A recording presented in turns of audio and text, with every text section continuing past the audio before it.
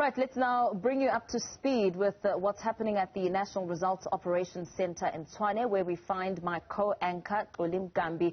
Xoli, very good morning to you. Interesting to keep watching those results trickling in and looking at the various colors, which is a show of the predictions so far. Predictions, of course, being the operative word here. Indeed, Paul, very good morning to you. And as you come live to us on Newsfeed, it is the Tuesday edition coming to you live from the Results Operations Center.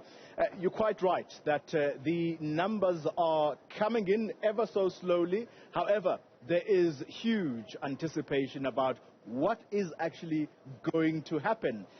Voter turnout seems to be a big talking point, but also the Action SA, that particular political party led by Herman Mashaba, it looks to be possibly a kingmaker in Gauteng municipalities, but maybe we're too early to say those kinds of things. But it does seem to be taking certain wards, particularly in areas like Soweto. Might that tell us something? I await to see what exactly is going to be happening. The Democratic Alliance, Mpo, I think as predicted in the Western Cape, particularly the city of Cape Town, it was always going to do well there, and so showing strong lead in Cape Town. And so we're going to have to see what other parties that have been contesting elections there are going to fare.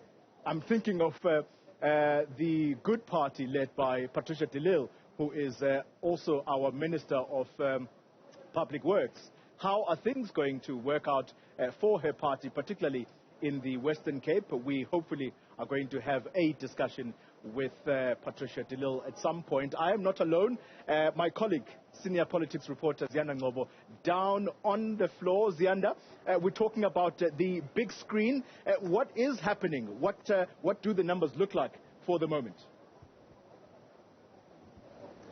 Well, very good morning to you, Xoli. And the big screen is moving. We're now at 19% of the national vote count. And I want to zone in, Xoli, on Mfuleni, which is a municipality in Gauteng that was placed under administration.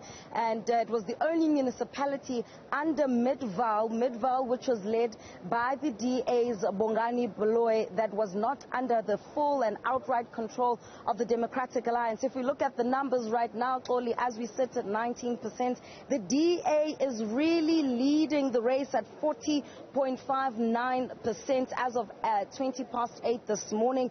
The ANC, I should say, trailing behind the Democratic Alliance at 29.9%. Now, the reason why this is significant, Xoli, is that in 2016, the ANC won at around 55.6% of the vote. In fact, Mfuleni was under the control of the ANC. So, at this stage, at 19% of the overall vote count, it seems as though the DA looks set to have full control of the Midval block municipality. And so, but as I must caution, Xoli, as we have been throughout the morning, this is still, you know, the early stages of the vote counting. But if the DA maintains this trajectory, then we will be telling a different story come tomorrow. Another thing, Xoli, is how the CSIR, an institute that does research on science and innovation, has said that both the ANC and the Democratic Alliance look set to drop. I spoke to one of the officials, Pravesh Diba, earlier on. Let's take a listen to what he had to say. There has been significant shifts, compared to the 2016 elections. As an example, if you look at the national level, what we are projecting is that the ANC is going to drop from 54.5% in 2016 to 46.8%, this year. There is an error of margin in our projections, but normally that is within a 2% range. So, Xoli, that's just a picture that's being painted by the CSIR.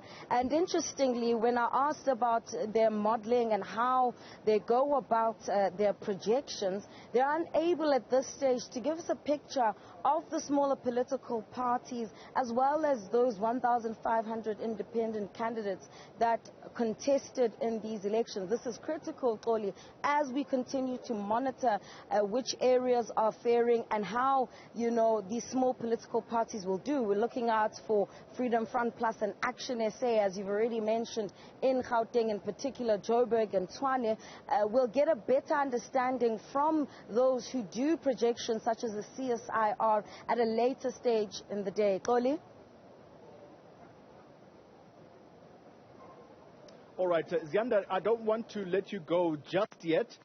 Quickly tell us about what the ANC has been saying. I think last night you were able to grab the acting Secretary General, Jessie Duarte, and she sounded very skeptical about their chances in Johannesburg. In fact, I think the word she used was that they were worried a little bit about what is going on in Johannesburg specifically. And we speak here on the back of the Action SA apparently taking some voting districts in Soweto, particularly the area of Pretoria. Talk to us about that. What is the ANC saying and feeling around Johannesburg specifically?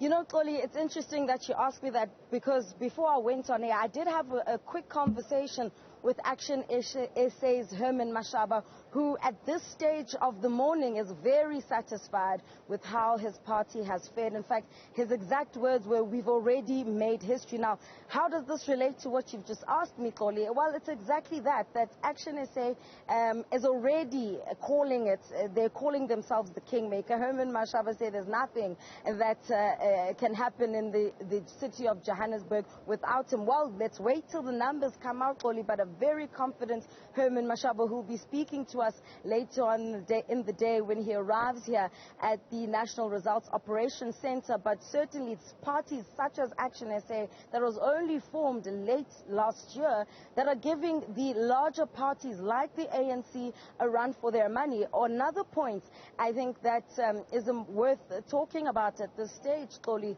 that came from the ANC's Deputy Secretary General, Jessie Duarte, was how in Soweto she described in many ways, without saying it outrightly, that Eskom was their opponent and their opposition in areas such as Soweto because of the electricity issues that they faced there.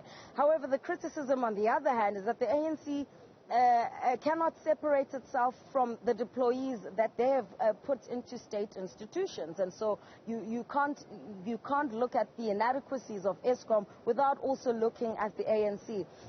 So having a difficult time really during the campaign trail. I asked her as well whether she thinks this is one of the most difficult elections where a lot of people are disenchanted and frustrated with the governing party. She said, I wouldn't say a lot, but there are pockets, even within the organization, that were frustrated, and hence admitting, Xoli, that this is the reason why they roped in the likes of former President Thabo Mbeki, former President Jacob Zuma, Kgalema Motlanthe, and others to participate in trying to galvanize all quarters and sectors within society to vote for the African National Congress. Whether or not the black urban middle class has punished the ANC again, we'll have to see, Xoli, once the results are concluded.